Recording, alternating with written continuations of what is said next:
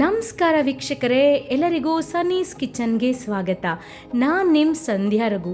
ಇವತ್ತೊಂದು super ಟೇಸ್ಟಿಯಾಗಿರೋವಂಥ A to B ಸ್ಟೈಲಲ್ಲಿ ಮಾಡೋ ಖಾರ ಪೊಂಗಲ್ನ ತೋರಿಸ್ತಾ ಇದ್ದೀನಿ. ಆದ್ಯಾರ್ ಆನಂದ್ ಭವನಲ್ಲಿ ಈ ಥರ ಒಂದು ಖಾರ ಪೊಂಗಲ್ನ ನಾನು ತಿಂತೀನಿ ಮತ್ತು ತುಂಬ ಟೇಸ್ಟಿಯಾಗಿರುತ್ತೆ. ಹಾಗಾಗಿ ಮನೇಲೇ ಯಾಕೆ ಟ್ರೈ ಮಾಡಬಾರ್ದು ಅಂತ ನಾನು ಟ್ರೈ ಮಾಡಿದೆ. ತುಂಬ ಚೆನ್ನಾಗಿ ಬಂದಿತ್ತು ಮತ್ತು ಇದು ಆರೋಗ್ಯ ಕೂಡ ತುಂಬ ಒಳ್ಳೆಯದು.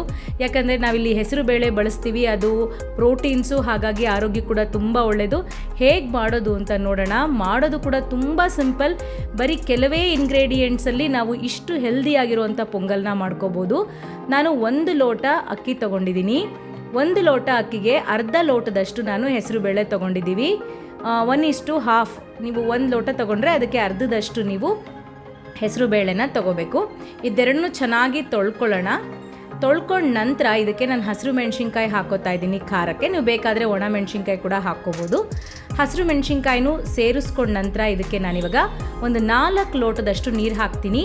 ಯೂಶ್ವಲಿ ನಾವು 1 ಲೋಟಕ್ಕೆ 2 ಲೋಟದಷ್ಟು ನೀರು ಹಾಕ್ತೀವಿ. ಇಲ್ಲಿ ಹೆಸರು ಬೇಳೆ ಕೂಡ ಹಾಕಿರೋದ್ರಿಂದ 4ರಿಂದ 4.25 ಲೋಟ ನೀರು ಹಾಕ್ಕೊಂಡ್ರೂ ಪರವಾಗಿಲ್ಲ. ಸೊ ಈಗ ನಾನು 4 ಲೋಟ ಇದಕ್ಕೆ ನೀರು ಹಾಕೋತಾ ಇದ್ದೀನಿ. ನೀರು ಹಾಕ್ಕೊಂಡ ನಂತರ ಇದಕ್ಕೆ ನಾನು ರುಚಿಗೆ ತಕ್ಕಷ್ಟು ಸ್ವಲ್ಪ ಉಪ್ಪು ಮತ್ತು ಅರಿಶಿನದ ಪುಡಿ ಇದಿಷ್ಟನ್ನು ಸೇರಿಸ್ಕೊತೀನಿ. ಈ 4 ಐಟಮು ನಾವಿವಾಗ ಹಾಕ್ಕೊಂಡಿರೋದು. ಹೆಸರು ಬೇಳೆ, ಅಕ್ಕಿ, ಹಸಿರು ಮೆಣಸಿನ್ಕಾಯಿ, ಉಪ್ಪು ಮತ್ತು ಅರಿಶಿನದ ಪುಡಿ ಇದನ್ನೆಲ್ಲ ಹಾಕ್ಕೊಂಡು 4ರಿಂದ 5 ವಿಷಿಲ್ ಕೂಗಿಸ್ಕೋಬೇಕು. ಚೆನ್ನಾಗಿದು ಸಾಫ್ಟಾಗಿ ಬೆಂದಿರಬೇಕು. ಒಂದು 5 ವಿಷಿಲ್ ಕೂಗಿಸ್ಕೊಳ್ಳಿ. ಫುಲ್ ಕುಕ್ಕರೆಲ್ಲ ತಣ್ಣಗಾದ್ಮೇಲೆ ನೋಡಿ ಇದು ತುಂಬ ಚೆನ್ನಾಗಿ ಸಾಫ್ಟಾಗಿ ಬೆಂದಿದೆ. ಈಗ ಒಂದು ಸ್ಪೂನ್ನಲ್ಲಿ ಅದನ್ನು ಇನ್ನೊಂದು ಸ್ವಲ್ಪ ಸ್ಮ್ಯಾಶ್ ಮಾಡ್ಕೊಳ್ಳೋಣ. ಅದು ಪೂರ್ತಿ ಸಾಫ್ಟಾಗಿ ಆಗೋವರೆಗೂ ನಾವು ಸ್ವಲ್ಪ ಸ್ಮ್ಯಾಶ್ ಮಾಡ್ಕೊಳ್ಳೋಣ. ಈಗ ಇದಕ್ಕೆ ಒಂದು ಒಗ್ಗರಣೆ ಕೊಟ್ಬಿಟ್ರೆ ಹೆಸರು ಬೇಳೆ ಪೊಂಗಲ್ ರೆಡಿ ಆಗಿಬಿಡುತ್ತೆ. ಒಂದು ಪ್ಯಾನಿಗೆ ನಾನಿವಾಗ ಒಂದು 3ರಿಂದ 4 ಸ್ಪೂನ್ ತುಪ್ಪ ಹಾಕ್ಕೋತೀನಿ. ತುಪ್ಪ ಜಾಸ್ತಿ ಹಾಕ್ಕೊಂಡಷ್ಟು ಟೇಸ್ಟ್ ತುಂಬ ಚೆನ್ನಾಗಿ ಬರುತ್ತೆ. ಆ ಹೋಟೆಲಲ್ಲೆಲ್ಲ ತುಪ್ಪ ಹಾಕೋದ್ರಿಂದನೇ ಅದು ತುಂಬ ಚೆನ್ನಾಗಿ ಫ್ಲೇವರು ಮತ್ತು ಆ ಟೇಸ್ಟ್ ಎಲ್ಲ ತುಂಬ ಚೆನ್ನಾಗಿ ಬರೋದು. ಸೊ ಈ ತುಪ್ಪ ಎಲ್ಲ ಕಾದ ನಂತರ ಇವಾಗ ನಾನು ಇದಕ್ಕೆ 1 ಸ್ಪೂನಷ್ಟು ಜೀರಿಗೆ ಹಾಕೋತಾ ಇದ್ದೀನಿ. ಜೀರಿಗೆನ ಒಂದು ಸ್ವಲ್ಪ ಹೊತ್ತು ಫ್ರೈ ಮಾಡ್ಕೊಳ್ಳೋಣ. ಜೀರಿಗೆ ಎಲ್ಲ ಚೆನ್ನಾಗಿ ಫ್ರೈ ಮಾಡ್ಕೊಂಡ ನಂತರ ಈಗ ನಾನು ಇದಕ್ಕೆ ಕಾಳು ಮೆಣಸು ಹಾಕೋತಾ ಇದ್ದೀನಿ. ಮೇಯ್ನಾಗಿ ಪೊಂಗಲ್ಗೆ ಹಾಕಬೇಕಾಗಿರೋದು ಕಾಳು ಮೆಣಸು. ಅದೇ ಪೊಂಗಲ್ಗೆ ಟೇಸ್ಟ್ ಕೊಡೋದು. ಕಾಳು ಮೆಣಸು, ಕರಿ ಮೆಣಸು ಅಂತ ಏನು ಹೇಳ್ತೀವಲ್ಲ, ಸೊ ಅದನ್ನು ಹಾಕ್ಕೊಂಡು ಚೆನ್ನಾಗಿ ಒಂದು ಸ್ವಲ್ಪ ಹೊತ್ತು ಫ್ರೈ ಮಾಡ್ಕೊಳ್ಳೋಣ. ಅದೆಲ್ಲ ಸ್ವಲ್ಪ ಹೊತ್ತು ಫ್ರೈ ಮಾಡ್ಕೊಂಡ ನಂತರ ಆವಾಗಲೇ ನಾವು ಕುಕ್ ಮಾಡಿಟ್ಕೊಂಡಿದ್ವಲ್ಲ ಹೆಸರು ಬೇಳೆ ಮತ್ತು ಅಕ್ಕಿ, ಅದೆರಡೂ ನಾವಿವಾಗ ಈ ಪಾತ್ರೆಗೆ ಹಾಕ್ಕೊಳ್ಳೋಣ.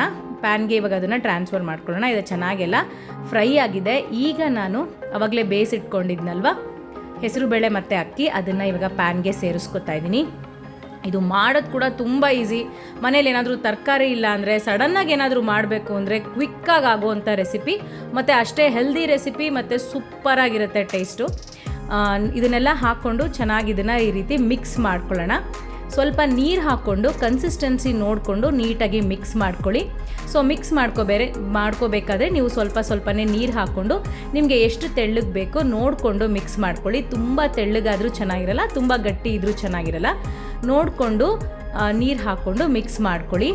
ಮಧ್ಯಾಹ್ನವರೆಗೂ ಇಟ್ಟರೆ ಇದು ಗಟ್ಟಿಯಾಗಿಬಿಡುತ್ತೆ. ಆವಾಗ ಮತ್ತೆ ಸ್ವಲ್ಪ ನೀರು ಹಾಕ್ಕೊಂಡು ಬಿಸಿ ಮಾಡ್ಕೊಂಬಿಟ್ರೆ ಇದು ಅಷ್ಟೇ ಟೇಸ್ಟಿಯಾಗಿರುತ್ತೆ. ನೋಡಿ, ಈಗ ಆದ್ಯಾರ್ ಸ್ಟೈಲಲ್ಲಿ ಖಾರ ಪೊಂಗಲ್ ಮಾಡ್ತಾರಲ್ಲ, ಅದೇ ರೀತಿ ಖಾರ ಪೊಂಗಲ್ ಮನೇಲೇ ರೆಡಿಯಾಗೋಗಿದೆ. ಈಗ ಇದಕ್ಕೆ ಸ್ವಲ್ಪ ತುಪ್ಪ ಹಾಕ್ಕೊಂಡು ನೀವು ಬೇಕಾದರೆ ರಾಯ್ತ ಕೂಡ ಮಾಡ್ಕೋಬೋದು. ನಾನಿಲ್ಲಿ ಕಾಯಿ ಚಟ್ನಿ ಮಾಡ್ಕೊಂಡಿದ್ದೀನಿ. ತೆಳ್ಳಗೆ ಕಾಯಿ ಚಟ್ನಿ ಮಾಡಿಕೊಂಡು ಈ ಪೊಂಗಲ್ ಜೊತೆಗೆ ತಿಂತಾಯಿದ್ರೆ ಸೂಪರಾಗಿರುತ್ತೆ. ನೀವು ಇದನ್ನು ಖಂಡಿತ ಟ್ರೈ ಮಾಡಿ. ಹೇಗೆ ಬಂತು ಅಂತ ನನಗೆ ಕಾಮೆಂಟ್ ಬಾಕ್ಸಲ್ಲಿ ತಿಳಿಸಿ. ಇದೇ ರೀತಿ ಕ್ವಿಕ್ಕಾಗಿ ಮತ್ತು ಈಸಿಯಾಗಿ ಮಾಡೋವಂಥ ರೆಸಿಪಿಗಳೊಂದಿಗೆ ನಿಮ್ಮ ಮುಂದೆ ನಾನು ಬರ್ತೀನಿ. ಅಲ್ಲಿವರೆಗೂ ಇನ್ನೂ ಯಾರೆಲ್ಲ ನಮ್ಮ ಚಾನಲ್ನ ಸಬ್ಸ್ಕ್ರೈಬ್ ಮಾಡಿಲ್ವೋ ಖಂಡಿತ ಸಬ್ಸ್ಕ್ರೈಬ್ ಮಾಡಿ, ಹಾಗೆ ಸಪೋರ್ಟ್ ಮಾಡಿ ಅಂತ ಹೇಳ್ತಾ ಎಲ್ಲರಿಗೂ ಸಂಧ್ಯಾ ರಘು ಮಾಡುವ ನಮಸ್ಕಾರಗಳು.